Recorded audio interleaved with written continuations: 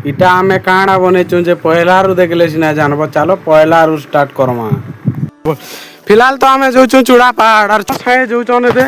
आगाड़े दुई जन और पदाड़े दुई जन और आज आज जने खास हमर बाबू आसुजन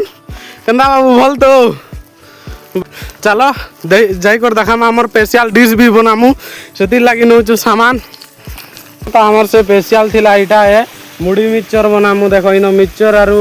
इटा लिया रखिछु आरु एनो हमर देखो आलू सिजेछु जस्ट एबे का आलू सिजानु आरु इनो दउचन हमर बाबू हमर बड़ बाबू हमर बड़ बाबू आलू चिटकुचन आर भितरे तो देइछु हमें प्याज दीचु टमाटो दीचु परे से गाजर मने दीचु काखेर मने दीचु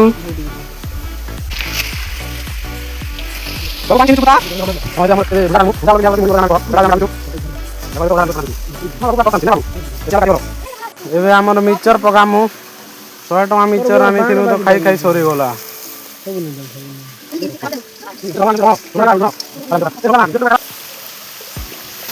फिलहाल तो हमें से जिनिस सोचू जेनटा कि हमर एरिया प्रीमियम फूड पूरा प्रीमियम फूड देखुछ तो भुजा मिक्सचर मुढ़ी मिक्सचर कि लिया मिक्सचर जाना भी हो केंता लागुछ सबके